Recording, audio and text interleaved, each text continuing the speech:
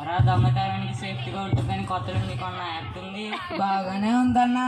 అదేంట్రా చూడకుండానే చెప్తున్నావు? చూసినా అదే చెప్పాలి కదన్నా. ఆహా అట్నా. నీ దగ్గర దొంగతనానికి ట్రైనింగ్ తీసుకోవడం నా అదృష్టం అన్నా. సర్లే కానీ నేను చెప్పిన పాయింట్లన్నా గుర్తున్నాయా? మర్చిపోయానన్నా. మర్చిపోయావా? అసలు ఆ దొంగలకి ఉండకూడదు ఏంటో తెలుసా? మర్చిపోకు, వెంటనే మర్చిపో. చిన్నప్పటి నుంచి మా నాన్న దొంగనాగడు. అసలు నువ్వు దొంగ ఎలా అవ్వాలనుకున్నావురా? చిన్నప్పటి నుంచి మా నాన్న దొంగనాగడగా అని తిట్టేవాడన్నా. అదేదో పెద్ద ప్రొఫెషన్ అనుకుని దొంగనయ్యానన్నా.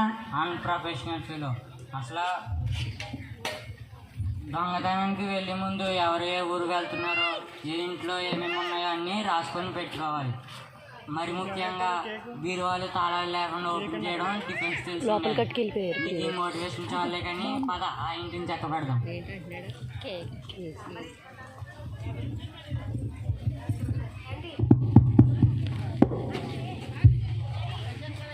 ఏమండి ఏంటి?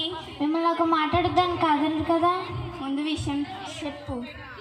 మిమ్మల్ని ఒక మాట్లాడుతాను కాదండి కదా. ఏంటి? మిమ్మల్ని ఒక మాట్లాడుతాను కాదండి కదా. ముందు విషయం చెప్పు. రేపు క్రాస్ గాస్పెల్ చర్చిలో క్రిస్మస్ జరుగుతుందంటండి, వెళ్ళొచ్చు కదండి. మీకెందుకు? వెళ్ళినా సరిగ్గా కనిపించదు, సరిగ్గా వినిపించదు. 3 ముక్కలు నేర్చుకోండి చాలు. ఏంటి? 3 ముక్కలు నేర్చుకోండి.